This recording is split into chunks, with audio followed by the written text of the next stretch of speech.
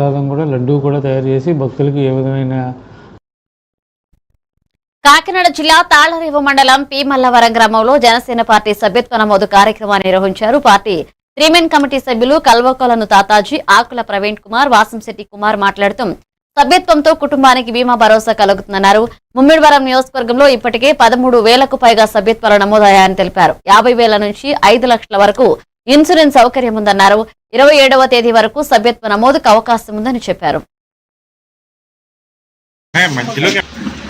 BR Ambedkar Konaseema జిల్లాలో ముమ్మిడివరం నియోజకవర్గం కొంచెం అక్కడ సభ్యతల్ని దిశగా ఆ పార్టీలో పనిచేయాలని చెప్పేసి మమ్మల్ని పంపడం జరిగింది.